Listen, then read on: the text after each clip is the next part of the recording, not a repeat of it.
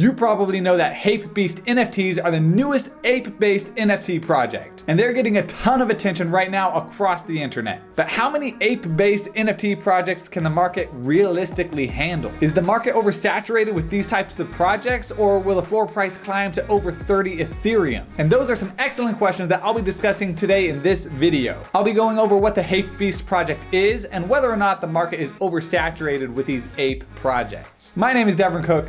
Let's talk about apes, and welcome back to Dev Money. All right, so let's first look at all the competition that this HapeBeast project is going up against. Because you probably know and are somewhat familiar with the Bored Ape Yacht Club project, which was really the first ape-based project to really take off. And the Bored Ape Yacht Club has really become one of the key blue chip NFT projects released this year that everyone looks to. And when you look at the project, it's really no surprise why, because you look at that floor price of 32.8 Ethereum, and obviously this is gonna make a lot of NFT creators wanna try to emulate this success. And you can even see that the creators, Yuga Labs of the Bored Ape Yacht Club, has gone off and created Bored Ape Kennel Club to try and capitalize on the success of their first project. And you also have the Bored Ape Chemistry Club, and with these different serums within this NFT project, you're able to create the Mutant Apes as part of the Mutant Ape Yacht Club. And these are all by the same creators, Yuga Labs, and you can see that they've all been pretty successful. Bored Ape Yacht Club sitting around 32 floor price, Bored Ape Kennel Club at 1.69 Ethereum, Bored Ape Chemistry Club sitting at 3.8 Ethereum,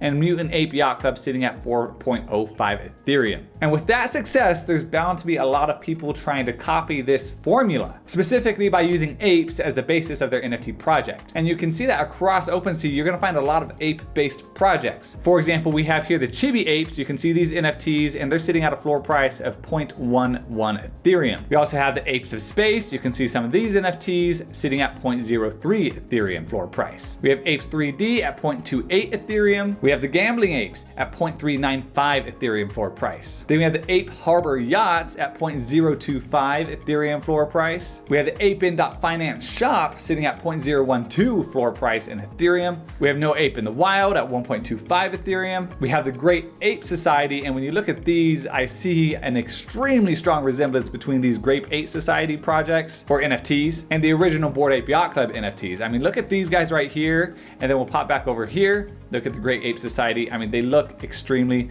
similar to me. I hope you can see that as well. And then we have the Passive Apes, which is not verified, and their floor price is sitting at, well, essentially 0 Ethereum. Now, when you look at the floor prices of these different ape-based projects that in some way or another are kind of based off the success of the Bored Ape Yacht Club, it really seems like they're not quite as successful because their floor prices are much lower. And I'm not saying that the floor price of an NFT project shows the entire story and really says whether or not an NFT project is successful or is going to be successful in the future, but it is a great at-a-glance indicator of how well the project is doing right now. Because the more demand for a particular NFT project there is, the higher the price is going to be driven up. So if any of these particular projects are interesting to you, just because the floor price is a lot lower than Bored Ape Yacht Club doesn't mean that they're bad projects. You just have to do your own research and look into them. It just seems to me that a lot of these projects are trying to ride the success that Bored Ape Yacht Club has, and you can only ride off the success of someone else for so long. And even if you are riding off of the success of another project and you're in the NFT space, most likely you're not going to reach that same level of success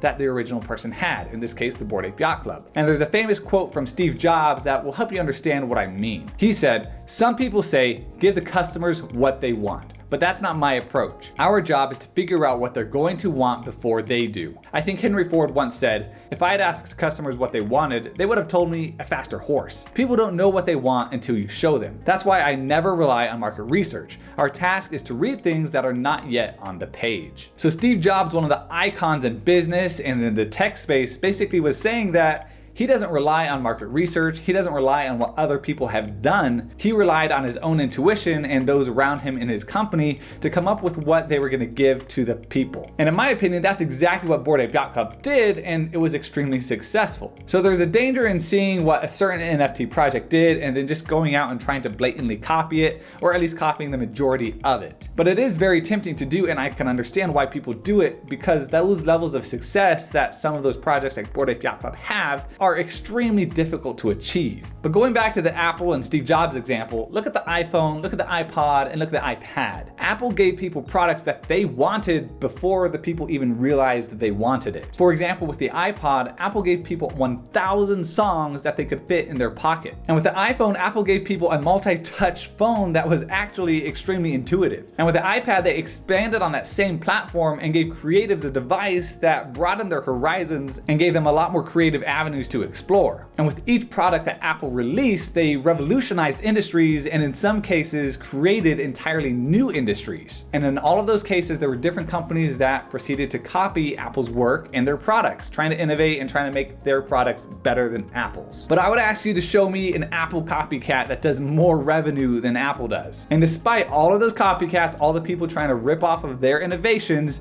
Apple continues to be a juggernaut in the tech industry. They are one of the most valuable companies in the world, and they were the first company to reach a $1 trillion market capitalization. And their products like the iPhone, the Apple Watch, AirPods, and the iPad continue to receive top marks in terms of customer satisfaction, and their sales and revenue really reflect that. And I don't want this to come off as just one big Apple commercial, but I hope you can see the parallels between Apple and an NFT project that's done extremely well, like the Bored Ape Yacht Club. And only time will tell if the Bored Ape Yacht Club achieves a similar status in the NFT community that Apple has in the tech community. But I would say so far, Bored Ape Yacht Club is off to a great start. And if they continue to innovate like Apple has, I imagine that they're going to go incredibly far, even farther than they currently are in the NFT space. But they won't get anywhere by getting comfortable with their current level of success and thinking that that's just going to carry them to new heights. They have to constantly innovate. So those are a couple things to look at when you're looking at different NFT projects. Don't just look at a project that is modeled off of a successful project like Bored Ape Yacht Club or CryptoPunks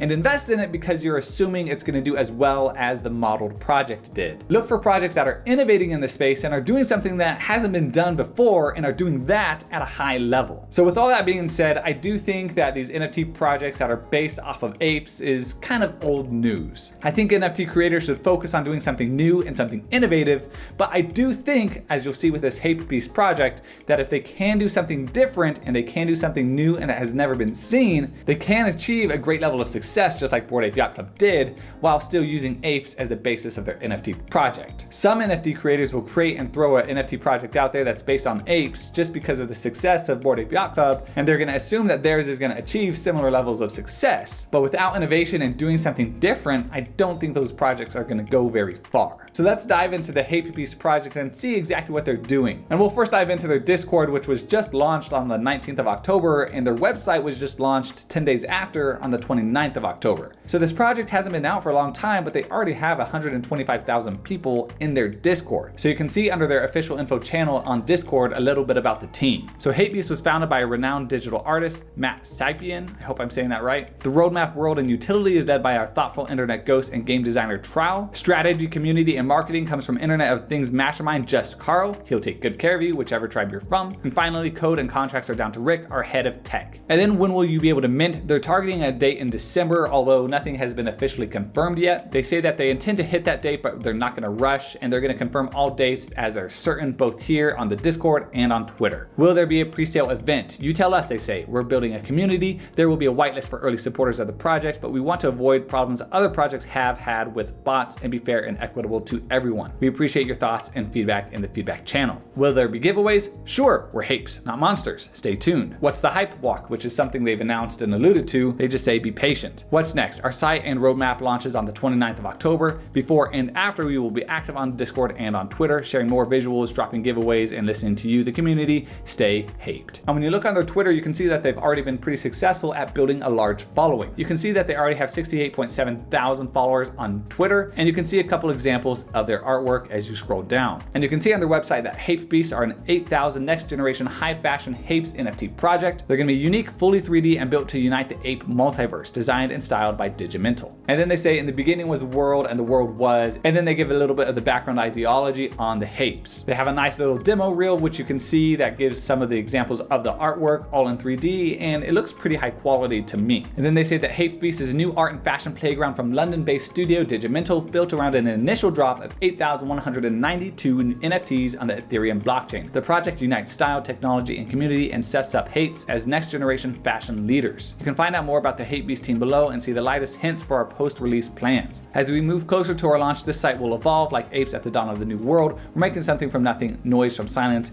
In the beginning was the world was and is Hape. And then here's a little roadmap teaser. You can see that phase 1 is the beginning, a new dimension, first drop, music to Hape 2. And then phase 2, we have the Hape machine, second drop, special collections, simian engineering. And phase 3, the Hape Walk, clothing collabs, Hape Code Tour, and the runway to fame. Release date, December 2021. We can see some more examples of the artwork, and then you can go down and see the HapeBeast team. You have Primal Hape, founder of HapeBeast, and then you have Tro, a game designer and creative director with 20 years of experience. You have Rick, who's in charge of smart contracts, Just Carl, who's in charge of strategy, Mr. Crime, who's in charge of music, Stallone, who's a mod, and Citrus, who is another mod. And then you can see the entire moderation team, which there's quite a few of them, which is great because you want a lot of moderators on a large Discord. So that's the HapeBeast project. As I usually do, be aware that just because a project may have a great roadmap doesn't necessarily mean that they're going to achieve and deliver on that roadmap. You really have to vet this project just like any others for yourself. I'm not sponsored by the HapeBeast project. I've never talked with any of the creators or founders. I'm just making this video because I saw the project and thought it looked interesting. So let me know down below what you think about this HapeBeast NFT project. Are we oversaturated with these ape-based projects?